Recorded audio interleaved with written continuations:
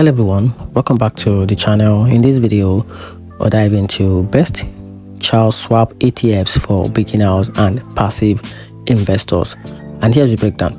If you are new to investing or want a hand-off way to grow your money, Charles Schwab ETFs are simple, low cost, and perfect for long-term goal.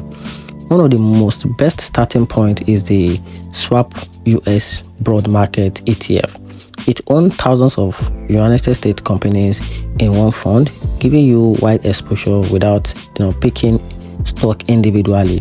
For global diversity, Schwab International Equity ETFs had companies outside the United States, so your portfolio isn't tied to just one region.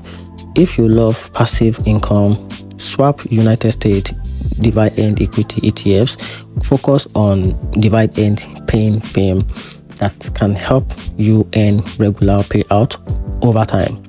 All of these have low fee, which means more of your money stays invested. If this helped you, like the video, subscribe for more simple investing tips, and comment which Schwab ETF you would like to add to your portfolio first. And that's it.